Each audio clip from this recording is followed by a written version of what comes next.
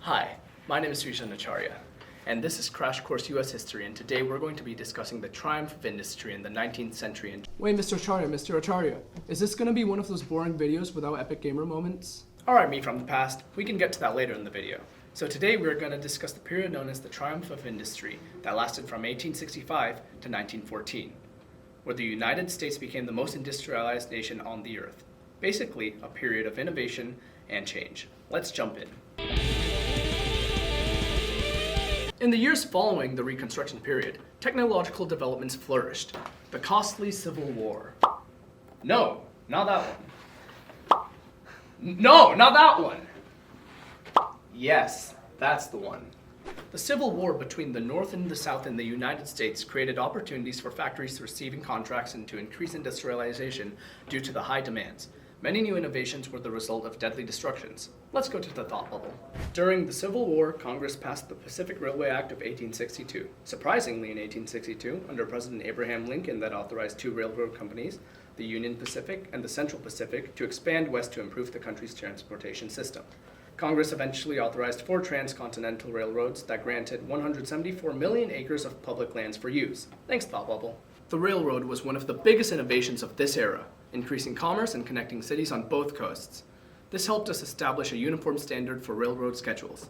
The railway systems helped limit the over 300 local time zones down to 4 that we still use today and make coast-to-coast journeys a matter of days.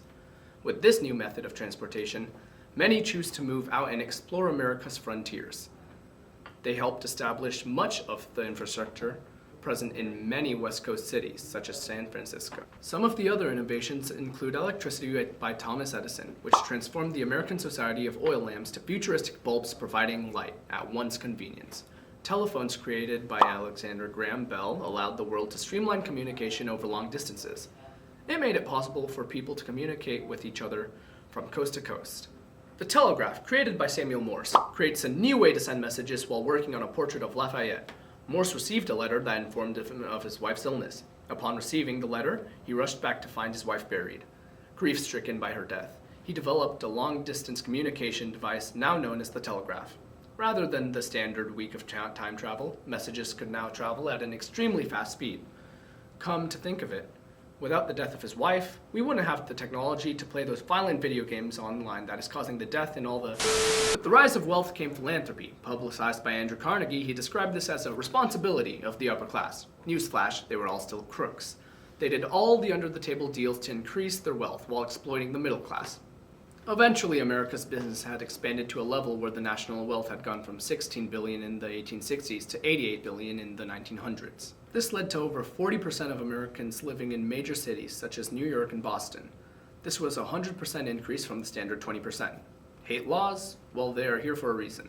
Organizations such as the FDA were formed to protect the US consumers of unethical practices in manufacturing. One example?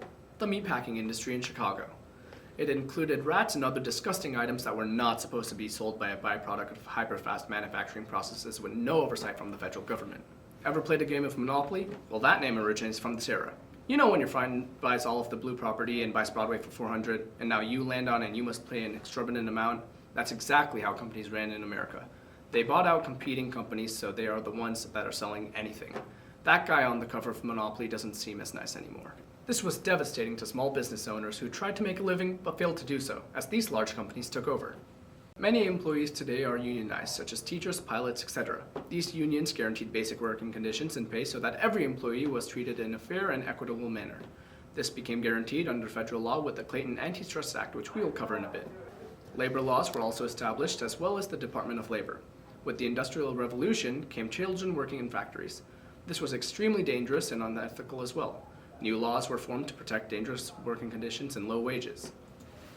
The Constitution keeps changing, and it most certainly changed in the Gilded Age. 2 important amendments were passed. Ha ha, you know embellic of you to think that the United States would pass laws to achieve equality.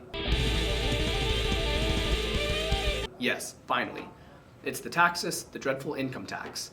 Say hello to Internal Revenue Service, or more fondly known as the overseeing IRS. Ratified in 1913, the Constitution has now been amended 16 times in its 150-year life.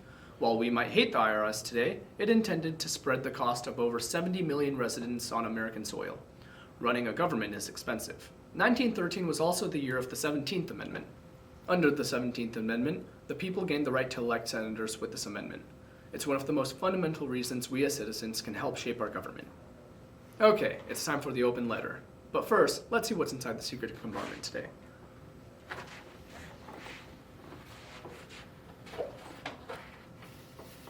Oh, it's an Apple Watch. An open letter to large corporations. Dear large corporations, you are huge. By being so big, we can eliminate competitions and destroy the market. How can monopolies be so big and so prevalent that there is a board game named after this? Eventually, these monopolies gained control to such a great extent that they could charge anything consumers wanted for a certain commodity, such as Standard Oil. The first piece of legislation, the Sherman Antitrust Act, this act helped prohibit anti-competitive agreements which would eventually monopolize the industry for market. For instance, Verizon, AT&T, Sprint, and T-Mobile can't all create agreements with each other to monopolize the market. The second piece of legislation, the Clayton Act of 1914, this act helped protect American consumers from unethical business practices such as monopolies, price fixing, and upheld labor rights. The third piece of legislation, the Federal Trade Commission Act of 1914, this established the Federal Trade Commission, a federal agency that regulates commerce in the United States. Unfair methods of competition in commerce were outlawed through this bill. You can blame the FTC, the Department of Justice, for paying $50 a month for the worst customer service, Wi-Fi, in the entire country. Thanks, Comcast. We still love you. Now for some interesting statistics that you should probably write down. You never know when that's gonna show up on a pop quiz later up.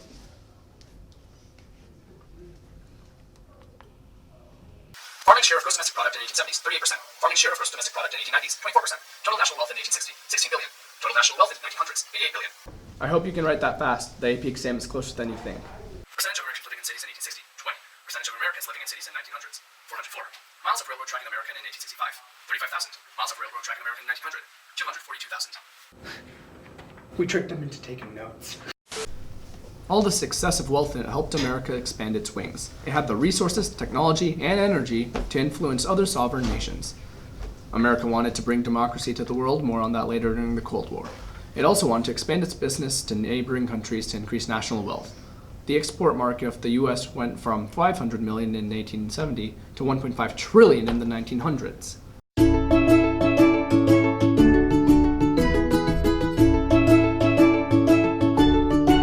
Oh hey, I didn't see you there. I was just enjoying the blazing sun of colonization over the sweet land of Hawaii. This land was taken over by the Americans in 1893. It's not just Hawaii. America fought with the Spanish during the Spanish-American War from April-August 1898. America fought hard and won. They gained Puerto Rico, Guam, and the Philippine Islands for a small loan of $20 million. America's huge. All this money led to the US forming to be a big global power. Big moves from a big country. Most major corporations during this era had corrupt ideals, from Rockefeller to Carnegie, the oil to steel. They all made their money from exploiting the middle class. Political machines. Tammany Hall ring any bells? This political machine used corruption, embezzlement, fraud, and rigged elections to gain political power. You never know when something like this might happen again.